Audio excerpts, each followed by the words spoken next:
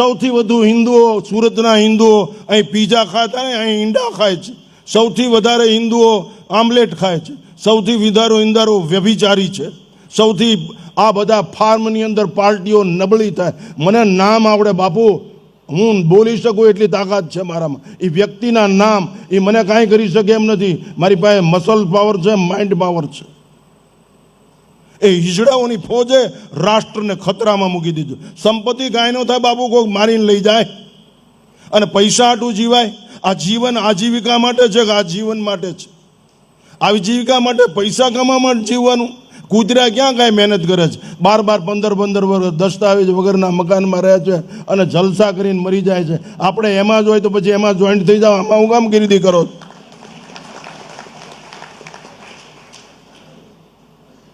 તમારી જાતને પૂછો, આ લારી ઉપર કોણ હોય છે? એ શેનું કેવું બન્યું? આહાર શુદ્ધો સત્વ શુદ્ધિ, સત્વ શુદ્ધો ધ્રુવા સ્મૃતિ. આહાર શુદ્ધ. અમે બાપુ એની સામું જોતા નથી. મારા સેવકો અડી ન શકે બાપુ, હાથ પગ ભાંગી નાખું. એટલી તૈયારી હોવી જોઈએ. સાધુ કાંઈ મોક્ષ નો આપી દે, માર્ગ બતાવે. ચાલુ તમારે પડે. અમને ક્યારેય કુપથગામી ભાળો ભડાકો કરીને મારી નાખો, તમને તમારા બાપના આમ છે.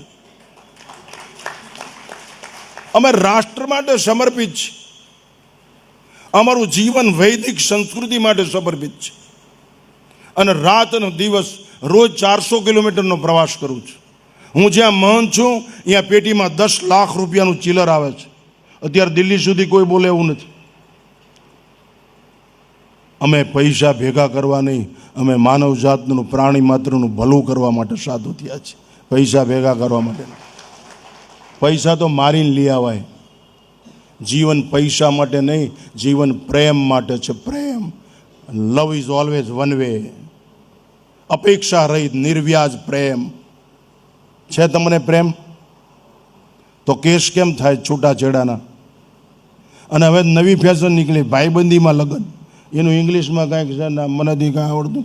ભાઈબંધી લાલા. અરે મરી જાવ, એની માને પહેલાં ઝેર ખાઈને મરી જવું જોઈએ. આવી પેદા શું કામ કરો? દેશની જ માં દઈ નાખે એવા ને. આ અભદ્ર વિધાન હું સંન્યાસી હોવા છતાં બોલું છું. અમને અંદર દાજે છે. તમે સૌરાષ્ટ્રવાસીઓ સુરતમાં રહ્યો છો, આની મુહૂર્ત બગાડી નાખી. આ સંતોની ભૂમિ છે.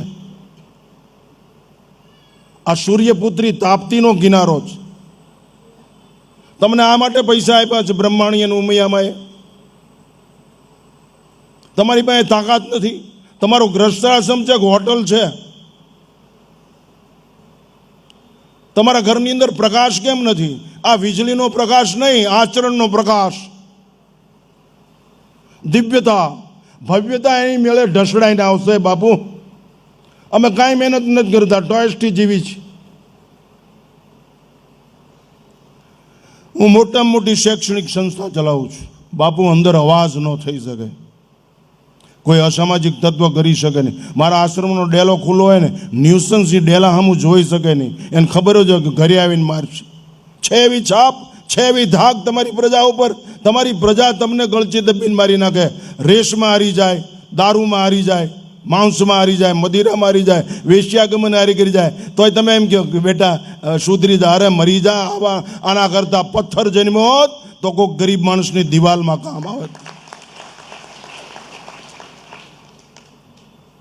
રાષ્ટ્ર એવું સ્વીકારતું જ નથી.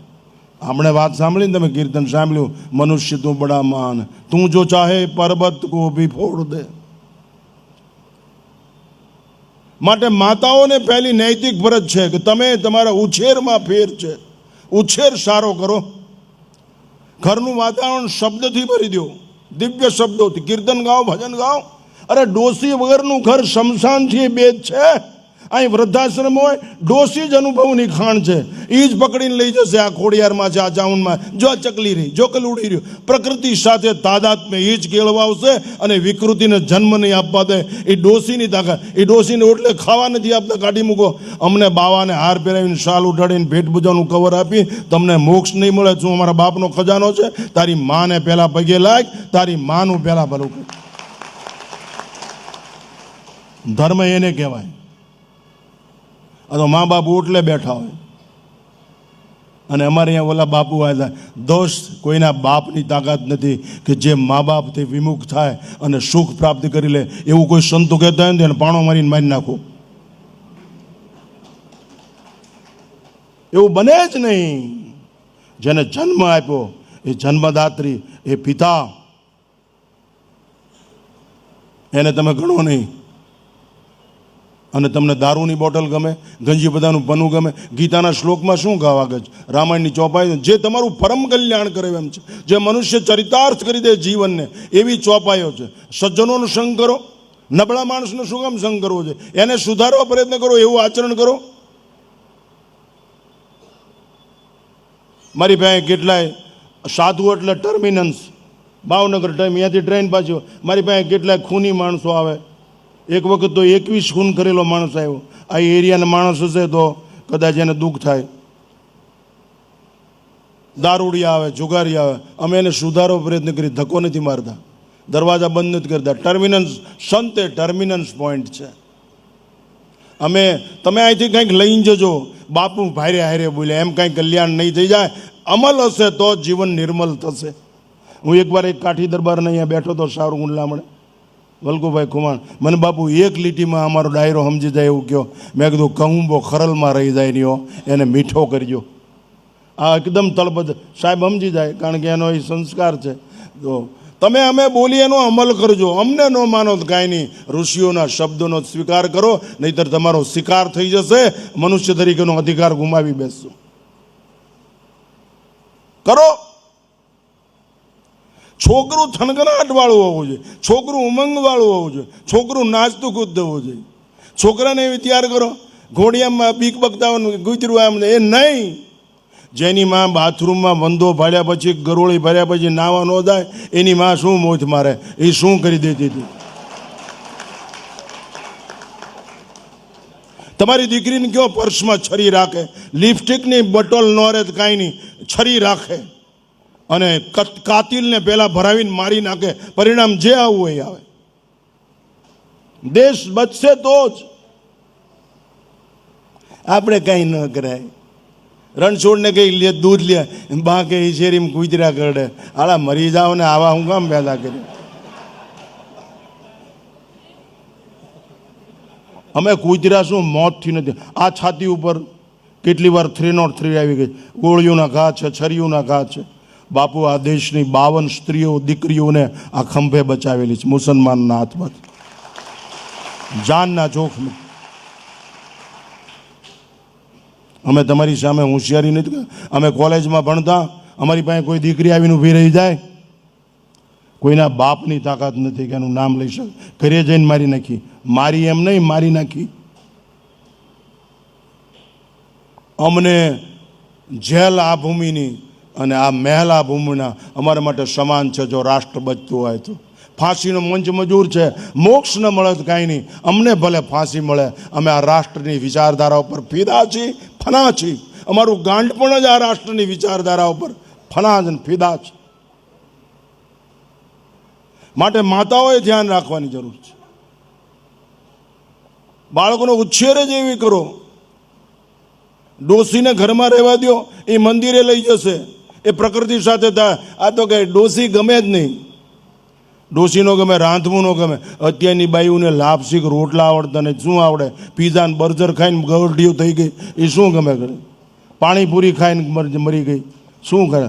જે દેશની સ્ત્રી આરિશા સામે અડધો કલાક ગુમાવે, એ દેશનું સૌંદર્ય શું ધિક્કારને પાત્ર છે. એની પ્રજા નિર્માલ્ય અને હિજડા જેવી થાય. અત્યારે બમ્પહેડ ઉપર આટલા છે, એ પહેલાં હતા જ નહીં. આનું કારણ તમારો ખોરાક છે, એટલે જ આવા છોકરા જન્મે છે. બમ્પહેડ ઉપર કેટલા ઉભા રહે છે, આમ કરીને 10 રૂપિયા માગે. જોયું તમે? એટલા પહેલાં હતા સાહેબ, હતા એટલા પહેલાં. અત્યારે આવી ગયા. તમારો પાપ છે. હું મારા કુટુંબમાં, મારા પરિવારમાં 39મો યુવાન સંન્યાસી છું. 39મો. અને 39 RSSથી ઘડાયેલા, 39 રાષ્ટ્રપ્રેમી, 39 ધર્મપ્રેમી, સંસ્કૃતિ પ્રેમી, ખુલ્લું જીવન, બોલ્ડ લાઈફ. અમે કોઈ દિવસ પૈસો માંગ્યો નથી.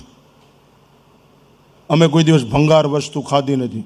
અમારી આંખ બગડી નથી, અમારી પાંખ કોઈ દિવસ કપાણી નથી. અમારી રાખમાંય બોલતું હશે. શું બોલતું હશે?